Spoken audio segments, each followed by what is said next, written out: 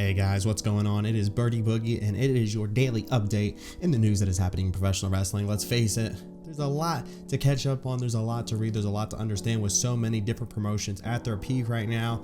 I take it all together, give you the highlights, give you the snippets, so that way you know what's going on in the world of professional wrestling. And today, we are starting off with some news regarding Alistair Black, and I wouldn't even really say it's news regarding Alistair Black, but it is something interesting that Mick Foley tweeted last night, actually during Monday Night Raw, and he tweeted, "I think Alistair Black is just one major feud away from making a big jump up the WWE ladder, but the right opponent is everything." Now, what's interesting is that, of course, everyone had their ideas of who the right opponent should be. So what you'll see is you see a lot of Undertaker, you see a lot of AJ Styles, Seth Rollins. I saw one person even say John Cena, and I truly agree with Mick Foley here.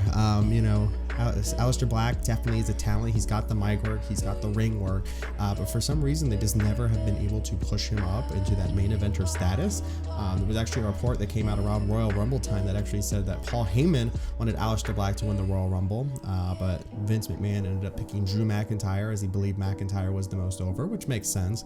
But you almost have to wonder, is Alistair Black hitting that Steve Blackman territory where all the components are there, they just never really give him that nudge into the main event, and so he's just sitting around in the mid card. And that's the biggest problem, is you almost don't want to have him in mid card feuds because he destroys everyone he faces. I don't know. So my question for you is, who would you want to see Alistair Black face to get him to that main event status? And I'm actually going to say a name that I didn't mention earlier. I know right now a lot of people are saying The Undertaker, but I know the rumors right now are saying that we're going to get Roman Reigns versus The Fiend at WrestleMania, but man, if we could get The Fiend versus The Undertaker, mass versus career, and just end that career right there and just, finally let The Undertaker rest, I think that would be fantastic. I have no desire to see Alistair Black wrestle an old Undertaker. Personally, I would actually like to see Alistair Black face Brock Lesnar. Give me that match that Paul Heyman was looking for. Let Brock Lesnar get hit with Black Mass 1, 2, 3. I think that would be huge. I'm not saying squash him, but have a decisive victory. Have a victory over Brock Lesnar that doesn't involve kicking him in the balls. Let me know what you think. Who do you think Alistair Black should face to reach that main event status? And yeah, I'd love to know what you think. Next up, we have some news regarding the Hardy Boys. So it's been over a year since we've seen Jeff Hardy return in a WWE ring after suffering a knee injury. He also then had some problems with the law with a DUI charge, but PW Insider actually reported today that it looks like Jeff Hardy will be returning to the Performance Center next week to prepare for an in-ring return. The big question is, do you think this will get him in time for Mania, or will he want to be one of those pops Raw or SmackDown after Mania? I personally think he'll definitely be one of those pops Raw or SmackDown after Mania, because I think for the most part all of the storylines for WrestleMania are pretty much set.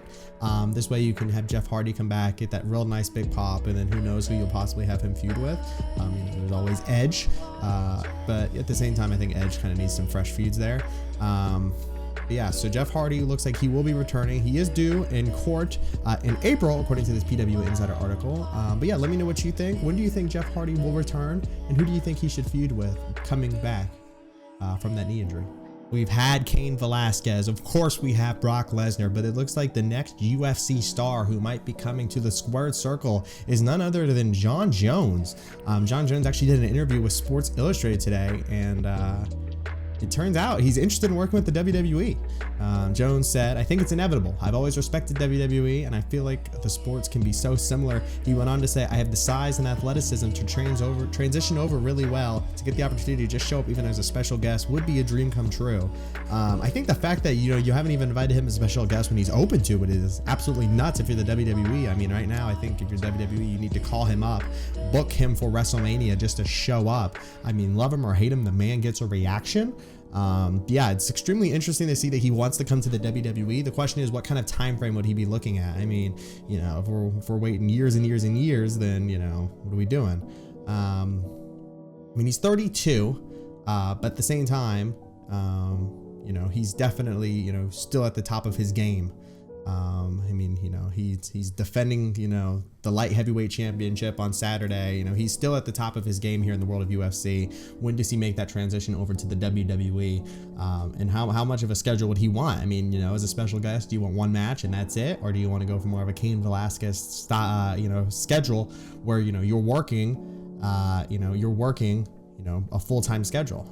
Now, I think the obvious feud everyone would want to see is Jon Jones versus Brock Lesnar, but I think there's definitely some other options there as well. I mean, you have Jon Jones versus Matt Riddle. You honestly could have Jon Jones, I think, versus someone like Cesaro. I think you could have someone like Jon Jones versus Chad Gable. I don't know. There's a lot of different options there. I think, unfortunately, for Chad Gable and Cesaro, there's no chance in hell because I think you really save Jon Jones for that main event slot. But if you're only going to have one match to do, I think you have to do Jon Jones versus Brock Lesnar. Who would you want to see Jon Jones face? Let me know. But yeah, I'll be very curious to see where this goes. I think you at least need to start him off, have him be that main event at WrestleMania, and then go from there. Just have talks open, keep the door open, keep that relationship going. My last bit of news is AEW welcoming Matt Hardy following him being written off Monday Night Raw last night. Let me tell you why I think so. So, of course, one of the biggest storylines happening in AEW right now is who is the Exalted One of the Dark Order. There's been many people that have been speculated to be the Dark Order, everyone from Jim Cornette to former WWE divas. But one name that has been pretty consistently passed around is Matt Hardy. In case you didn't know, Matt Hardy's contract with the WWE expires March 1st. He has not signed a new contract that we know of as of the time of recording on February 11th. A lot of people actually speculated that last night when Randy Orton continued his brutal savagery and completely destroyed Matt Hardy was their way of writing Matt Hardy off, not only WWE and Monday Night Raw, but that will be it for his time with the company. Now the question is, where does he go? And after being attacked on Monday Night Raw last night, Matt Hardy went to Twitter and simply tweeted out the word goodbye, along with a link to his newest episode of Free the Delete, which actually did feature, interactions between Matt Hardy and Vanguard 1.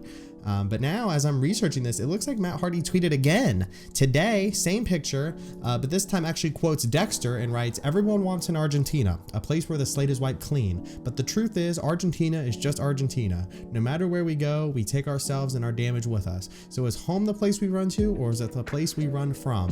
Only to hide out in places where we're accepted unconditionally, places that feel more like home to us, because we can finally be who we are." I think Matt Hardy's time in the WWE is done. Unfortunately, his return is not what we thought it was going to be. I mean, the Broken character was not back for very long. The WWE didn't know how to write it. Vince hated it, and here we are. Is it possible AEW would want to bring Broken Matt Hardy to be the Exalted One? Now, the reason I say that, AEW might possibly be welcoming Matt Hardy is that Evil Uno actually tweeted a picture of the Dark Order along with the tweet that says, "You say goodbye and I say hello." Matt Hardy going to be saying hello to AEW soon. I think this would be a huge get for AEW. I think this would actually probably be one of the best signings they've had in a long time. I personally would love to see it. I think it'd be great for them. I think it'd be interesting to see him in that role. But let me know what you think. Do you think Matt Hardy's the Exalted One? If not, let me know who. And that is all the news I have for you today in the world of professional wrestling. If you enjoyed the video, leave a comment, hit the like, hit the subscribe. My name is Birdie Boogie, and I will see you next time.